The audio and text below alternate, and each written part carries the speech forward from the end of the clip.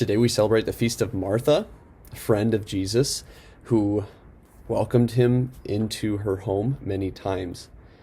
And as I think about Martha and Mary and Lazarus, friends of Jesus who apparently spent a lot of time with him in close quarters, and I think this phrase comes to mind for me: familiarity breeds contempt.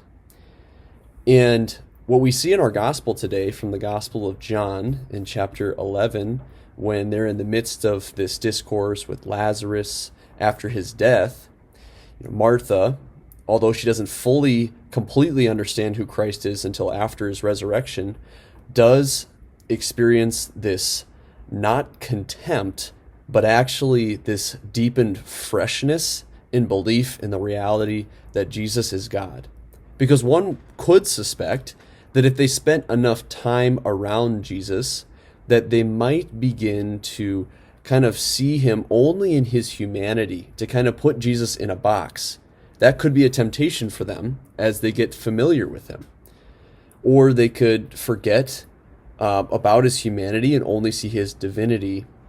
But Martha has in our gospel a sense of freshness to her faith, a sense of urgency to her faith, and even a deepening of her faith in a time of crisis. Because when she hears that Jesus is coming to her as her brother has just died, she runs out to him. She doesn't wait for Jesus to come to her and says, "Lord, if you had been here, my brother would not have died. But even now, I know that whatever you ask of God, God will give you." And so she has this urgency, this deep desire that spending time around Jesus is actually continually refreshes her and brings her deepening faith. And then Jesus continues on and invites her into deeper faith. She believes in this general resurrection of the body at the end of time, that he will rise. But Jesus says, no, I want to go even deeper. He tells her, I am the resurrection and the life. Whoever believes in me, even if he dies, will live. So this deepening calls forth a response from her.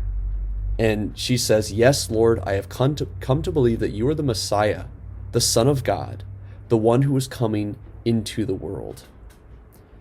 And so I think today we see in her this great model of not familiarity leading to contempt or a lack or putting Jesus in a box because we're so familiar with him, but instead this time spent with Jesus actually increases her faith in him and increases her desire to spend time with him, and even refreshes her faith in his divinity, in his being the Son of God, his capability to do all things for her.